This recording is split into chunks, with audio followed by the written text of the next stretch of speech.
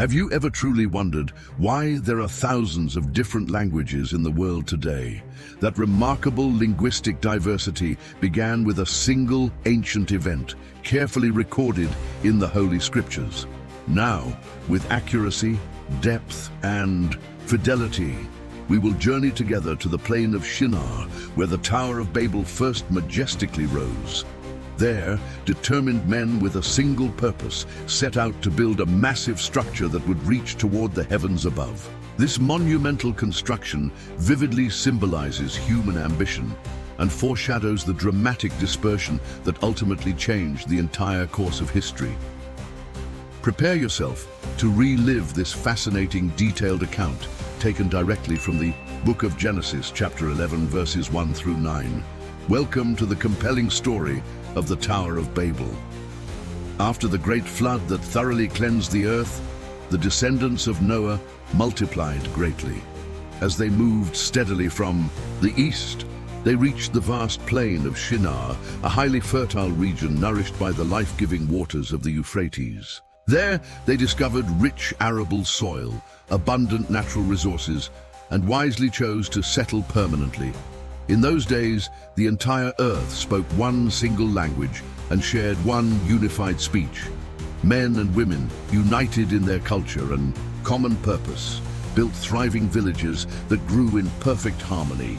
This profound linguistic and social unity made clear communication easier, enabled efficient collective labor, and allowed the careful planning of great, ambitious endeavors. It was truly the time of a single people, speaking with one unified voice, ready to transform world history. Filled with unwavering determination, the builders gathered and boldly declared, "Come, let us make bricks and bake them thoroughly." They molded heat-resistant bricks by hand, replacing traditional stone with hardened red clay. They used bitumen as a powerful mortar, forming a strong bond capable of supporting immense structures. With these robust materials, they planned to erect an imposing city centered around a tower whose lofty top would reach the heavens. They aimed to create a lasting, iconic symbol, a monument to extraordinary human unity and collective power. They intended to preserve their shared identity and ensure communal safety, thus avoiding dispersion across distant, unknown lands. With each new level raised, they felt an increasing sense of control over natural limits. Their voices, once harmoniously united, now echoed a single ambitious purpose, convinced they could reach seemingly impossible heights. The plan advanced rapidly, fueled by collective ambition and by the hopeful expectation of an eternal legacy. The relentless work seemed endless, and each stone laid became a profound symbol of their shared faith.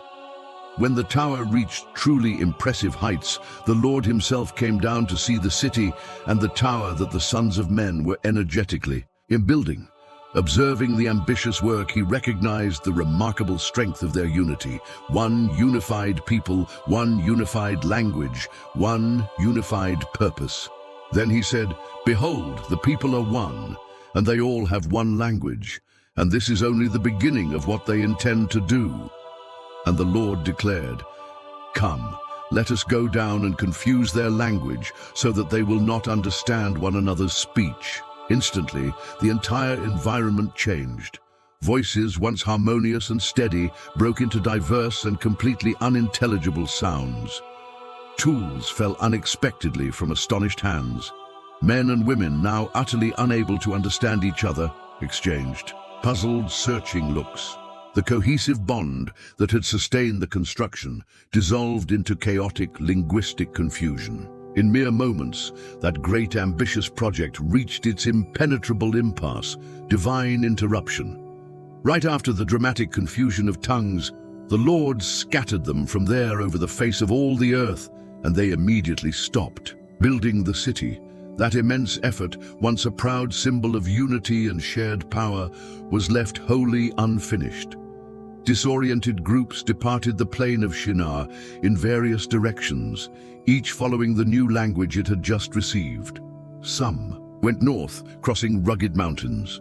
Others turned south toward flowing rivers and fertile valleys. Each clan began to cultivate its own distinctive traditions, developing unique customs, dialects, and varied ways of life.